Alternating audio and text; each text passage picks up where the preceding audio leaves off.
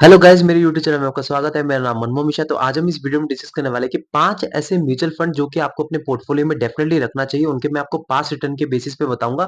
मैं आपको ये बताऊंगा कि क्यों वो एक अच्छे खासे फंड है, क्योंकि वो आपका जो रिस्क है वो आपको अच्छा खासा एडजस्ट करके आपको रिटर्न भी दिलवाते हैं। हर एक कैटेगरी के बारे में बात करेंगे। ये नहीं कि मैंने एक ही कैटेगरी के बारे में आपको बता दिया, 5 फंड सिलेक्ट करके बता दिया। ऐसा बिल्कुल भी नहीं करूंगा। मैं आपको ऐसे 5 कैटेगरी के 5 फंड बताऊंगा। और मैं आपको लास्ट में ये भी बताऊंगा एक पर्टिकुलर सेक्टरल फंड का, जो जहां पे आप इन्वेस्टमेंट करेंगे आपको डेफिनेटली एक अच्छा खासा रिटर्न मिलेगा, अगर आप लॉन्ग टर्म के लिए इन्वेस्टेड रहते हैं तो। क्योंकि वो चीज में मैं क्यों बुलिश हूँ, वो चीज क्यों अच्छा खासा फंड है, अगर आप उसमें इन्वेस्टमेंट करते हैं तो क्यों आपको 90 से 95% चांस है कि आपको 20 से 30% के बीच में रिटर्न मिलने के, अगर आप वो पर्टिकुलर फंड में इन्वेस्टमेंट करते हैं। मैं आपको लास्ट में बताऊंगा, तो आप ये वीडियो पूरा देखिएगा। तो मेरे चैनल को सब्सक्राइब जरूर कर दीजिएगा। मैं शुरू आता था, चलिए शुरू करते हैं। सबसे पहले मैं आपको बता दूं, जो हम पहले कैटेगरी की बात करेंगे वो है आपका लार्ज कैप कैटेगरी। जी हाँ, लार्ज कैप कैटेगरी मतलब इसमें 80% तक का आपका जो स्टॉक्स होते हैं वो आपके लार्ज कैप कंपनीज के होते हैं। मतलब जो बड़ी कंपनीज के हो गया, आपका जो अदानी का हो गया, जियो हो गया, रिलायंस हो गया, जितने बड़े बड़े जो कंपनीज है, उनके जो वेल एस्टेब्लिश्ड कंपनीज है उसमें इन्वेस्टेड रहता है 80%। और बाकी के जो 20% रहता है वो आपका स्मॉल कैप हो गया, मिड कैप हो गया। तो उसमें क्या क्या आपका थोड़ा सा रिटर्न जो है एक्स्ट्रा जनरेट कर सके।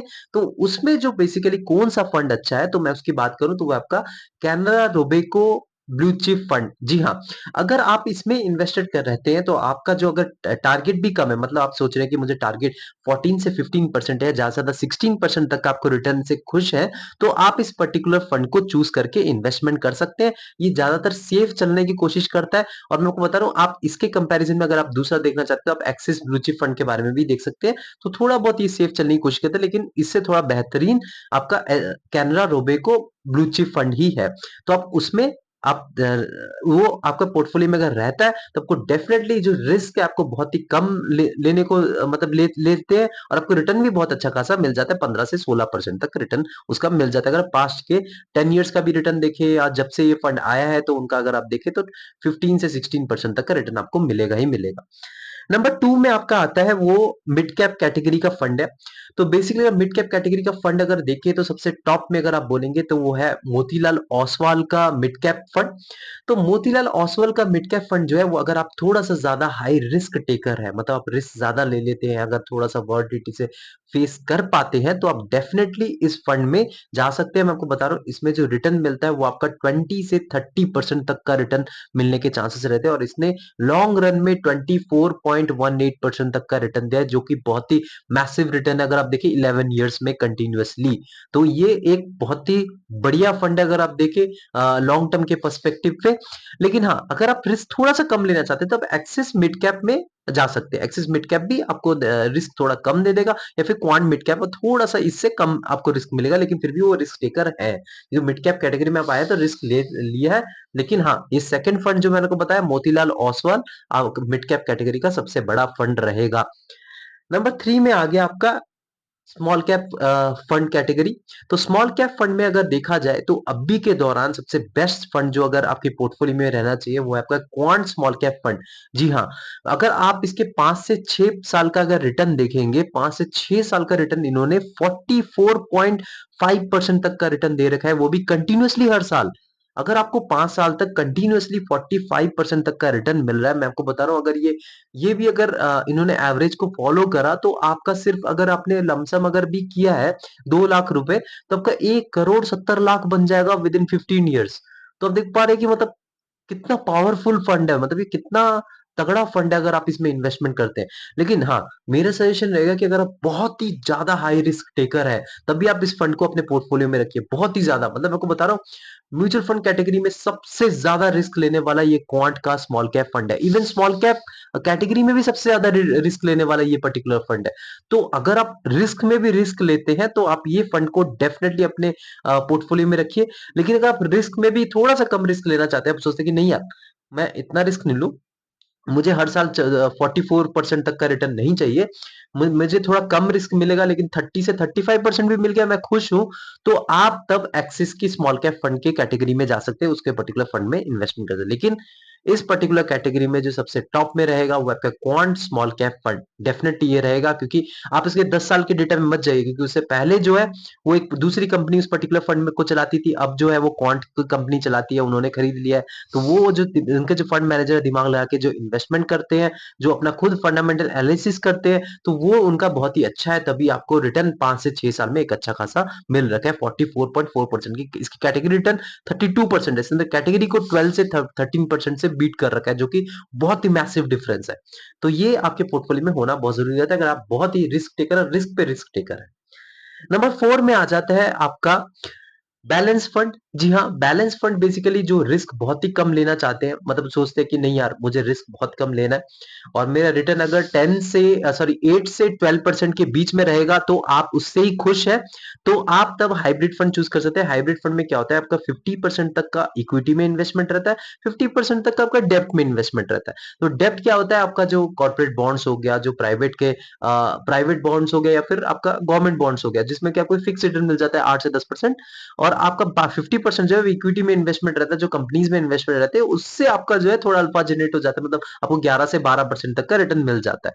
तो तब आप अगर चूज करना चाहेंगे तो उसमें चूज कर सकते हैं आईसीआईसीआई प्रूडेंशियल का इक्विटी एंड डेब्ट फंड। जी हाँ, ये फंड जो है आपको एक रिटर्न भले ही आपको थोड़ा सा कम मिल रहा हो, लेकिन आपको बहुत ही बढ़िया सा मतलब रिटर्न को मतलब जो रिस्क को एडजस्ट करके आपको रिटर्न दिलवा रहा है भाई। 12% तक अगर आपको रिटर्न मिल रहा है विदाउट टेकिंग एनी रिस्क, आप यहाँ पे विदाउट ही मान सकते हैं, क्योंकि यहाँ पे आपका 50% इक्विटी में लग रहा है, 50% आपका फिक्स रिटर्न है, उसमें तो फिक्स रिटर्न आपको मिलेगा ही मिलेगा, प्लस 50% जो रिस्क भी ले रखा है ना, वो भी आपकी बड़ी कंपनी में पैसा लगा रहे हैं, मतलब जो लार्ज कैप कंपनीज है, तो लार्ज कैप कंपनीज जो है उसमें भी डाइवर्सिफाई हो रखा है। मतलब ये मत सोचे कि उन्होंने एक ही कंपनी बड़ी कंपनी चूज करके पैसा लगा दिया, बहुत सारी कंपनी, और सारी कंपनी एक साथ तो डूबेगी नहीं, करे एक भी डूबती तो कोई ज्यादा फर्क पड़ेगा भी नहीं। और जो ये जो चीज है, तो इसको थोड़ा रिस्क को एडजस्ट करके वो रिटर्न दिला, आप सोचिए रिटर्न तो कम दिलवा रही है कि आपने कैसे इसमें बोल दिया कि मतलब फंड पोर्टफोलियो में होना चाहिए, क्योंकि मैं आपको बता रहा हूँ कि आपका रिटर्न तो मिल रहा है, लेकिन आपका रिस्क को एडजस्ट करना बहुत जरूरी हो जाता है। अगर अचानक से कल वर्ल्ड वॉर शुरू हो गया, अचानक से फाइनेंशियल क्राइसिस आ गया, अचानक से आपका कुछ पेंडेमिक आ गया, तो वहां पे अगर फंड गिर गया नीचे बहुत ही तगड़ा, आपका नेगेटिव हो गया, और फिर आपको इमरजेंसी की तरह तौर पे कैश चाहिए, तब आप क्या करेंगे। तो उस चीज में आपका ये पर्टिकुलर फंड बचा के रखेगा आपको, तो इसलिए ये थोड़ा जरूरी हो जाता है। नंबर 5 में हो गया आपका फ्लेक्सी कैप कैटेगरी, जो कि मेन कैटेगरी है, मैं आपको बताता हूँ। तो फ्लेक्सी कैप कैटेगरी में अगर बोले तो इनमें जो फंड मैनेजर के उनको फ्लेक्सिबिलिटी होती है, ये फुल के फुल मतलब 100 के 100 अगर लार्ज कैप में इन्वेस्टमेंट करना चाहते तो कर सकते हैं, 100 के 100% ये स्मॉल कैप में कर सकते हैं, 100 के 100 मिड कैप में कर सकते हैं, इनको पूरी फ्लेक्सिबिलिटी दी जाती है। तो यहाँ पे जो सबसे टॉप में आता है वो है आपका पराग पालिक पारिक फ्लेक्सी कैप फंड। जी हाँ, पराग पारिक फ्लेक्सी कैप फंड ने इसने लॉन्ग टर्म में मतलब अगर आप देखें 10 इयर्स का अगर रिटर्न देखें तो 21% तक का रिटर्न है, जो कि बहुत ही मैसिव रिटर्न है। और इनका लार्ज कैप में जो इन्वेस्टमेंट है वो आपका 65% तक है। मतलब आप सोचें कि इनका लार्ज कैप में मतलब जो बड़ी कंपनी में इन्वेस्टमेंट है 65% तक है, और तब भी आपको ये 21% तक का रिटर्न कैसे दिलवा रहे हैं। क्योंकि अगर आप देखें लार्ज कैप कंपनी, जैसे मैंने आपको अभी पहला पॉइंट बताया, कैनरा रोबेको का ब्लू चिप फंड बताया, तो ब्लू चिप फंड में क्या था, आप देखिए उसमें लार्ज कैप कंपनी में इन्वेस्टमेंट है, तब भी आपको रिटर्न कितना 15% तक दिलवा रहे हैं। लेकिन यहाँ पे जो पराग पारिक फ्लेक्सी कैप फंड है, ये आपको 21% तक का रिटर्न दिलवा रहे हैं, वो भी 65% इनका पोर्टफोलियो लार्ज कैप में इन्वेस्टमेंट है। तो फिर 65% अगर लार्ज कैप में इन्वेस्टमेंट है, तो बाकी के 35% ये रिस्क लेके चल रहे हैं, और तब भी आपको 21% तक का रिटर्न दिलवा रहे हैं। तो ये जो पर्टिकुलर फंड होना बहुत जरूरी हो जाता है आपके पोर्टफोलियो में, क्योंकि जो फ्लेक्सी कैप कैटेगरी का जो रिटर्न है ना, वो आपका 16 से 17% रिटर्न है, और आप अगर कोई भी दूसरा कोई भी फ्लेक्सी कैप फंड अगर आप निकालेंगे तो उनका 16% से ज्यादा रिटर्न आपको देखने को मिलेगा ही नहीं। और यहाँ पे 21% है, मतलब 5% का डिफरेंस बन जा रहा है, वो भी विदाउट टेकिंग एनी रिस्क। तो ये जो फंड है आपके पोर्टफोलियो में डेफिनेटली होना चाहिए। और मैं कोई एक चीज बता दूं, इसमें कुछ परसेंटेज आपका फॉरेन इक्विटीज भी होती है, फॉरेन कंपनीज, जैसे आपका गूगल हो गया, आपका फेसबुक हो गया, आपका माइक्रोसॉफ्ट हो गया, Amazon.com हो गया। तो ये जो चीज है उसमें भी आपका मतलब आप पैसा लगाते तो इन चीजों में भी आपका पैसा डाइवर्सिफाई होके जाएगा। तो ये जो फ्लेक्सी कैप कैटेगरी का जो फंड है पराग पारिक, इसमें आपका इन्वेस्टमेंट होना थोड़ा जरूरी हो जाता है। तो मैंने आपको लास्ट में ये जो मैंने आपको बता दी, ये 5 फंड जो आपको डेफिनेटली अपने पोर्टफोलियो में होने चाहिए अगर आप एक म्यूचुअल फंड लवर है, अगर आप एक म्यूचुअल फंड में इन्वेस्टमेंट कर रहे हैं तो। उसके अलावा मैंने आपको एक लास्ट में बताया था कि एक पर्टिकुलर फंड को जी हाँ, एक पर्टिकुलर फंड के बारे में मैंने आपको बताया था कि आप उसमें इन्वेस्टमेंट करेंगे लॉन्ग टर्म में तो आपको डेफिनिटली एक अच्छा खासा रिटर्न मिलेगा। तो एक सेक्टरल फंड होगा। जी हाँ, अगर आप सोच रहे हो कि मैं आपको बताऊँगा पीएसयू फंड या डिफेंस फंड उन्होंने तो एक अच्छा खासा रिटर्न दे रखा है, लेकिन मैं आपको वो नहीं बताने वाला हूँ, क्योंकि पीएसयू और डिफेंस फंड जो है वो अभी उनकी हवा चल रही है। तो हमें ऐसा फंड चूज़ करना है कि मतलब जिनकी हवा हर वक़्त चलती रहे, जो शॉर्ट टर्म के लिए थोड़ा नीचे जाए लेकिन लॉन्ग टर्म में आपको एक अच्छा खासा रिटर्न दे सके।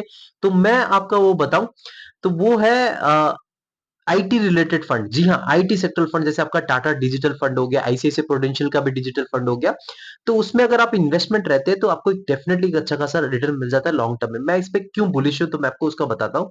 रीज़न ये है कि जो आईटी सेक्टर है ना वो एक टेक्नोलॉजी सेक्टर है। तो टेक्नोलॉजी सेक्टर में क्या होता है कि इसमें आपको आपका जो पैसा है वो इन्वेस्टमेंट किस में जा रहा है? सारी टेक्नोलॉजी रिलेटेड कंपनीज़ में जा रही है। तो वो किस पे कर रही है? वो काम कर रहे हैं सॉफ्टवेयर्स पे। तो जो सॉफ्टवेयर जो है वो क्या है? वो सारी चीज़ें क्या है आपको पता है उन पे काम क्या चलती है? आर्टिफिशियल इंटेलिजेंस रिलेटेड जो एआई रिलेटेड आपने सुना होगा चैट जीपीटी और वो सब। उसके बाद आपका हो गया मशीन लर्निंग, उसके बाद आपका हो गया रोबोटिक्स, उसके बाद आपका हो गया क्रिप्टो करेंसी का जैसे ब्लॉकचेन टेक्नोलॉजी हो गया। तो ऐसे जो फ्यूचर जो टेक्नोलॉजी जैसे सेल्सफोर्स का प्लेटफ़ॉर्म का होगा सीआरएम प्लेटफ़ॉर्म है। तो ऐसे जो फ्यूचर जो देखिए आपका सारी चीज़ें टेक्नोलॉजी से चलती है। अभी यूट्यूब वीडियोज़ भी जो कर रहे हैं, जो एल्गोरिदम होता है, जो कोडिंग वोडिंग होती है, वो सारी टेक्नोलॉजी से चल रही है। तो वो चीज़ें डेवलपमेंट होना तो ज़रूरी हो जाता है। मतलब वो चीज़ तो चलेगा ही चलेगा आगे, क्योंकि टेक्नोलॉजी कभी पीछे जा ही नहीं सकती। तो यहाँ पे जब आप इन्वेस्टमेंट कर रहे हैं तो आपका जो पैसा है डाइवर्सिफाई होके इनडायरेक्टली क्रिप्टो में जा रहा है, इनडायरेक्टली आपका पैसा उसमें जा रहा है, क्या नाम है, रोबोटिक्स डेवलपमेंट में जा रहा है, आपका एआई में जा रहा है, आर्टिफिशियल इंटेलिजेंस आपका मशीन लर्निंग में जा रहा है, बिग डेटा में जा रहा है। तो ये जो चीजें हैं तो आपका डेफिनेटली जो फ्यूचर है ये बढ़ेगा और आपको एक रिटर्न भी अच्छा खासा दिलवाएगा। टेक्नोलॉजी कभी पीछे जाती ही नहीं है। तो यहाँ पे आप अगर आप रिसर्च कर सकते हैं, इन्वेस्टमेंट कर सकते हैं, मैंने कर रखा है। आप अपने हिसाब से रिसर्च भी करिएगा, क्योंकि मैं जो इस पर्टिकुलर कैटेगरी में बहुत ही ज्यादा बुलिश हूँ। अगर आप देखें डिजिटल कैटेगरी में, तो डिजिटल में अगर आप टाटा डिजिटल की तरफ जा सकते हैं, आईसीआईसीआई डिजिटल में जा सकते हैं। और मैं बात करूं तो पीएसयू और डिफेंस फंड के बारे में, तो वो भी शॉर्ट टर्म में अगर आप देखें तो 1-2 साल में अगर आप देखें तो वो उन्होंने 100% तक का रिटर्न दे रखा है। अगर आप देखें डिफेंस का तो 114% तक का रिटर्न है, और पीएसयू फंड देखेंगे तो 73% तक का रिटर्न है। तो बहुत ही मैसिव रिटर्न है, डेफिनेटली मैसिव रिटर्न है। Quant small cap fund beating return है। लेकिन उनका जो है वो टाइमिंग है। अभी टाइमिंग आप देखें बहुत ही चीज है।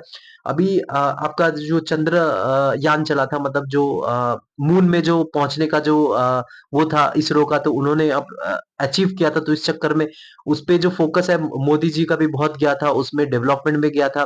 जैसे थोड़ा डिफेंस फंड जो है वो ज्यादा बढ़ गया।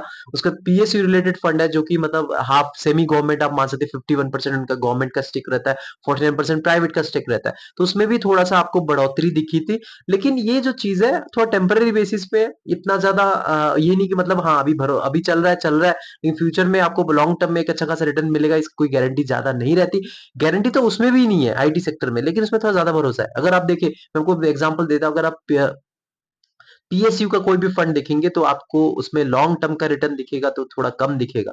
लेकिन आप शॉर्ट टर्म में देखेंगे तो एक आपको रिटर्न थोड़ा ठीक ठाक मिल रहा है।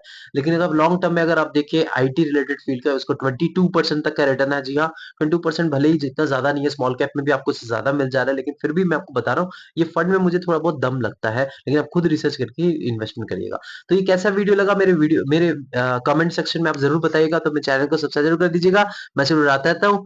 Thank you.